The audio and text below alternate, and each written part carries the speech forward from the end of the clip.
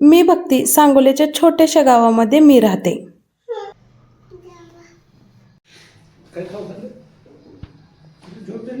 खाऊ काय आणायचे सांग पप्पाला. काय खाऊ खायचं तुला?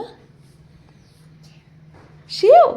अजून अजून काय खायचं? चिक्कू. शेव पण आणलं पप्पाने रात्री, चिक्कू पण आणलंय. अजून काय? बस. पिल्लू ग कसं उठले पप्पा, चालले सकाळ सकाळ म्हणून लवकर झोपलेला. नका हो लागल. पप्पाला पी द्या, पप्पा चालले आता.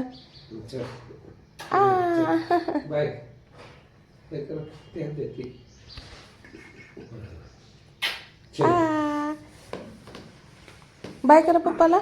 लाडूचे पप्पा तर गेले आता. त्यानंतर मग डोसा. तर छान असा जाळीदार तवा भरून डोसा झालेला आहे आणि मी डोसा दोन्ही बाजूने भाजते बरं का. तुम्ही भाजताय का? त्यानंतर मी इथं तूप बनवायला चालू केलं. तर 2-3 दिवसाची साय जमा केली होती मी आणि असंच मी तूप बनवते बरं का. लाडू झोपला होता, भीतच चालू केलं करायला, कारण मिक्सरच्या आवाजानं तो उठेल वाटत होता. तर कढई भरून आपलं लोणी निघालेलं आहे. लगेच मिक्सर घाण झालं, त्याला सुद्धा मी चांगलं पुसून स्वच्छ करून फ्रीजवरती त्याची जागा आहे तिथं ठेवणार आहे. आणि त्याचं बघा ना, मी पुसून झालं काढते तर निघतच नव्हतं, खाली चिटकून बसलं होतं. तर ते काढलं. खालूनही थोडंसं लागलं होतं, ते मी सगळं स्वच्छ करून घेतलं. आणि आता लगेच मला तूपसुद्धा कडवायचं आहे बरं का.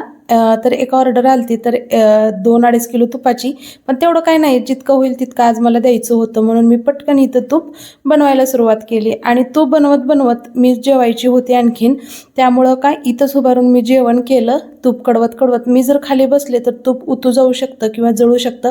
सोबत टोमॅटोसुद्धा चिरून घेतलेला होता, तो सुद्धा मी खाल्ला. उभारूनच आज पोटोबा केला बरं का. त्यानंतर कपडे धुवायचे होते. या जाळीमध्ये कपडे इतके मोठे पडले होते, ते घेऊन गेले, निरम्यामध्ये घातले. भरपूर असं आज दिवसभर माझा कामातच दिवसाचं रुटीन गेलं बरं का. खूप कामं होती.